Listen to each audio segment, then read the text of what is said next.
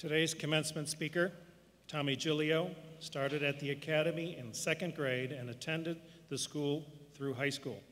He played every sport, designed and edited 3 yearbooks, and acted in our school plays, Harold Hill and the Music Man, and Joseph and the Amazing Technicolor Dreamcoat. In 2005, after spending 11 years at the school, Tommy graduated from academy to attend Northwestern University. In his freshman year, Tommy began photographing the university's theater program, which turned into a freelance journalism business that he ran until 3 years ago. Tommy balanced photography work with his role at the school newspaper, the Daily Northwestern. He represented the university as part of a delegation of students that traveled to Doha, Qatar, for the inauguration of the university's new campus in the Middle East.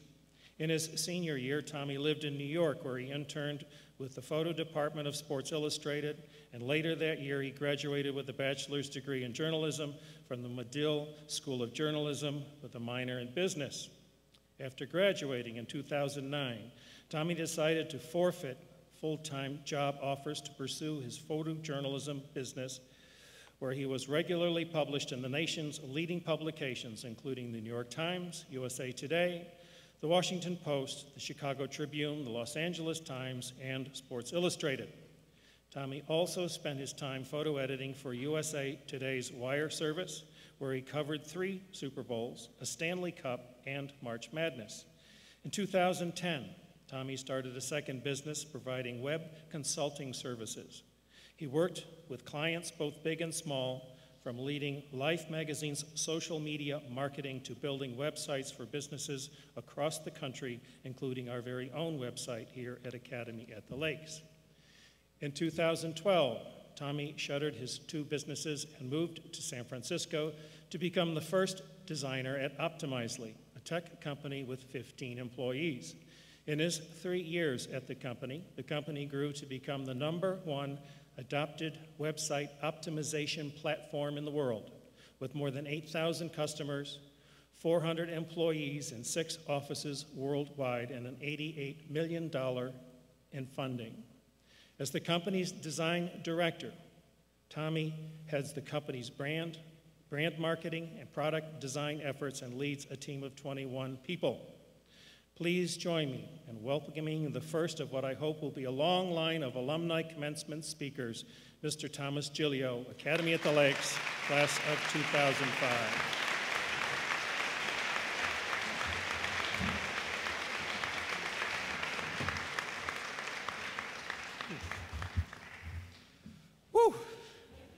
Man, you'd think singing on a stage in a dream coat would have prepared me for this.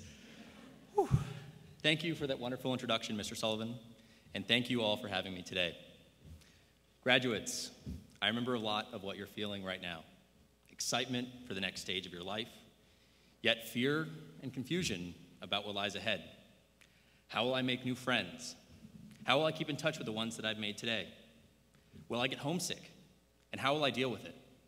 Will college be difficult? And will I be able to compete? Here's some good news for you. We've all had those questions. Those questions are normal. Everything's going to be okay.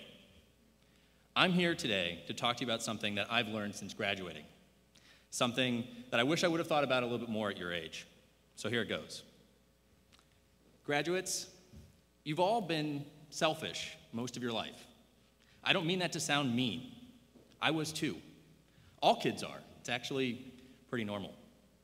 Before I graduated from high school, I remember all I could think about were my grades, my GPA, my getting into college, spending time with my friends, all the things that I had to do.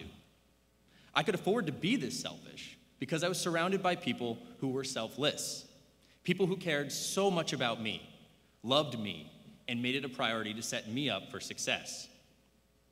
For instance, like many of the wonderful and amazing teachers that are at this school, like Mrs. Griffo, who came up with creative ways to teach me my 7 times tables. 7 times 3, I still remember it, it's 21.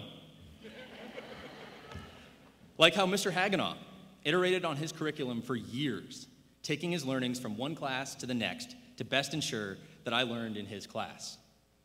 Like how Mr. Sullivan saw potential in me and made me the yearbook editor, where I began learning the craft of journalism, something that I later studied in college. Like how Mr. Heller always found time in his hectic days running a school to teach me and my peers in a cappella how to listen to one another to create beautiful harmonies together. And like how Mr. Wenlick took a chance and created this school, a small, tight-knit community where kids like me and all of you could grow up and develop confidence for life beyond these walls. And then there was my mother, who taught me the true meaning of selflessness. As a single mom with a mostly absent father, I saw my mom put my brother and I first every day of my childhood. When I outgrew my first school, my mom searched everywhere for the best school for me, refusing to send me to a neighborhood public school. Somehow, she found Academy at the Lakes, a school 40 miles from my home that cost, in many years, more than my family could ever afford. I watched her balance trying to maximize her time in the office to best provide for us, with also then trying to maximize my brother and I's time at school, always trying to find ways for us to participate in extracurricular activities. When she couldn't drive us to school on her own because of a terrible migraine, like she had quite often, she'd find a ride for us, somehow, every day. And she always made sure that I felt good about myself, that I felt confident in my abilities. She always made sure to say that she loved me, either in words or with her famous hand signal, like this. She still does it all the time. My mom never had time for friends, for vacations or relaxation. She always made sacrifices to prioritize me and my younger brother Jason over her. Fun for her was watching us grow up. Now I know that all of you can identify with where I'm coming from here. We're all so immensely lucky to have these people in our lives, helping us along, letting us be selfish. How about a round of applause for our incredible teachers and families?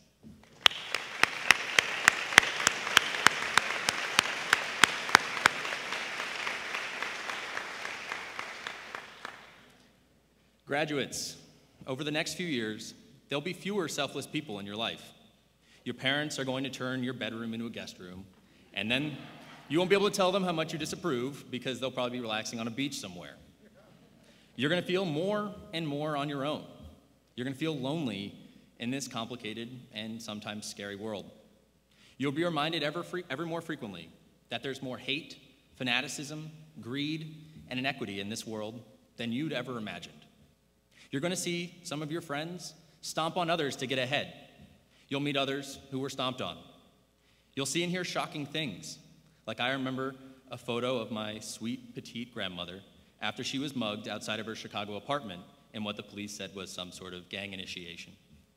You'll see racism, classism, and sexism firsthand. You'll realize that life for others isn't as easy as it is for you. And there are few signs of this changing, really, anytime soon. Humanity continues down this path of selfishness. This trend can be explained by an economic concept called the tragedy of the commons. The tragedy of the commons explains that in a society with shared resources, when everyone's serving their self-interests, ultimately, everyone loses. Here's a good example. When I started at the school, my mom drove me down State Road 54 every single day. Back then, there was a 2-lane road, and there was nothing but cow pastures on either side, as far as you could see. As developers turned those roads into neighborhoods and shopping centers, 54 became increasingly congested, causing certain impatient cars to zigzag through the traffic, others to brake, and others behind them to have to slow down. Some days there were accidents. To try to keep the roadway safe, the county added more than 12 new stoplights over the course of my time here.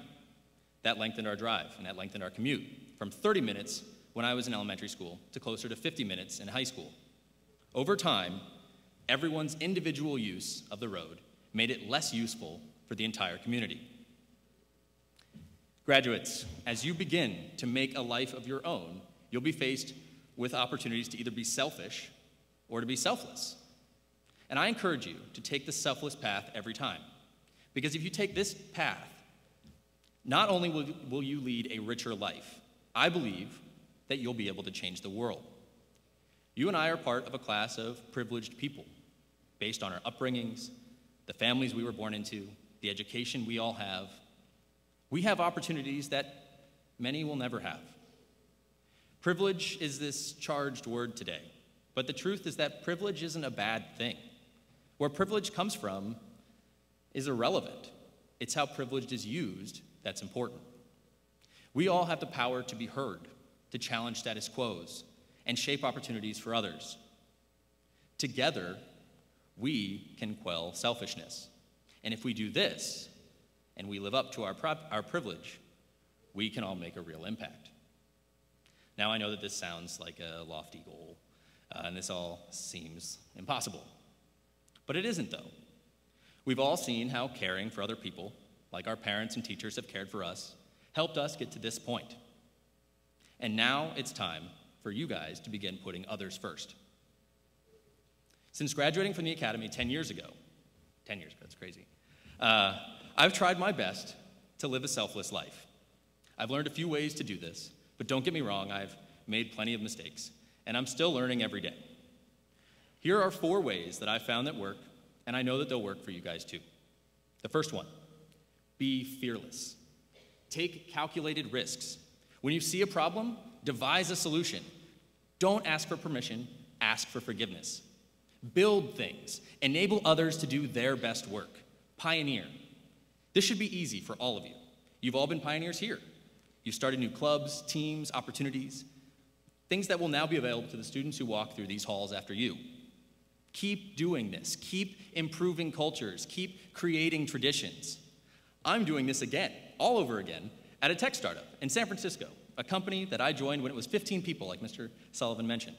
It was 15 people, 1 office. Now, we're 400 plus in 6 offices around the world. The second way, give credit. All work is teamwork. In fact, there will be few instances in your life ahead where you ever achieve something alone. Praise others and their accomplishments. Always think we over I, or our instead of my. There'll be many times when your fearlessness pays off. And in those instances, never take credit. You don't need it. People will know when you're behind something. You don't need to tell everyone. There'll be times when it stings to not hear your name mentioned, but always remember that your efforts were for the greater good. This brings me to my third point. The score doesn't matter. Don't track the times that you didn't receive credit for something. Never hold grudges. Don't count who owes you what. The reality is that part of being selfless is that you will get burned. Your generosity won't be appreciated sometimes. Your feelings will get hurt. And when that happens, just stay the course. Keep making bets, because the more bets that you make, the more bets you'll win. Trust that things will come full circle. They always do. Now, my final and most important point. Remember your privilege. Things won't go as planned, that's for sure. There will be times in your life when you're down. You'll get riled up, you'll get frustrated with someone, and when that happens, have empathy. Envision things from someone else's perspective. Remind yourself of how lucky you are. Now, this can get tiring, and you should find ways to treat yourself from time to time. I do this by going to the gym or taking drum lessons and watching some really embarrassing TV shows. But then remind yourself that we're all in this together, that the less self-centered we are, the better it is for everyone, including ourselves. And remind yourself how good it feels to see someone else succeed. There is a price to the fortune that we all have. And the price of privilege is the sacrifices we must make to make the most of it. Now, cooperation for the common good is starting to happen all around us.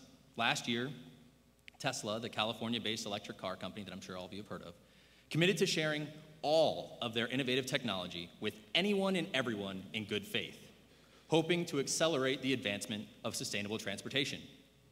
And then there's Wikipedia, an incredibly useful resource that we all use all the time, which becomes more and more useful with every contribution that you or I make. These are examples of cooperation for societal betterment, and they're explained by another economic concept, the comedy of the commons.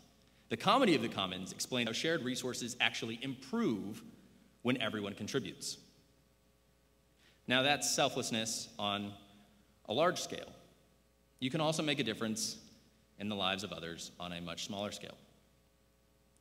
I saw the true magnitude of this for the first time a month ago when a very close family friend passed away after a year-long bout with cancer.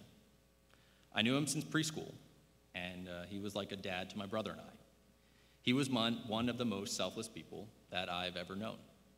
He was fearless. He always gave people credit.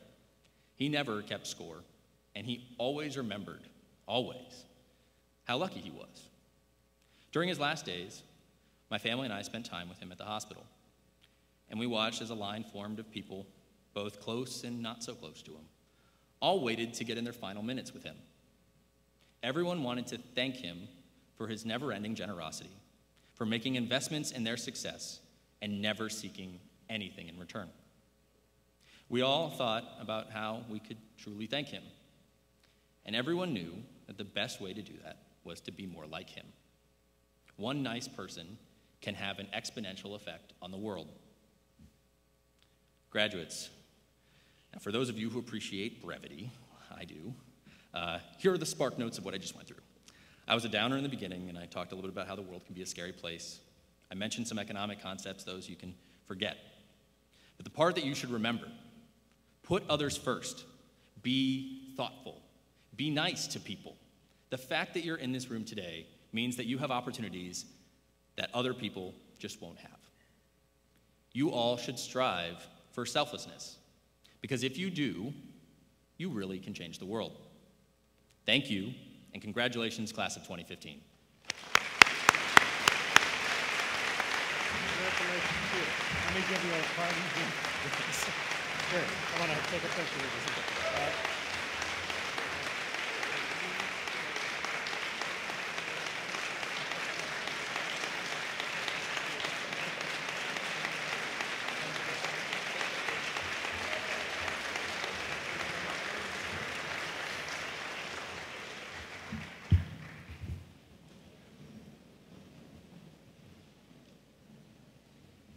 I'm deeply struck by how much Tom continues to represent the values of our school. Thank you so much, Tommy. That was excellent. We appreciate it.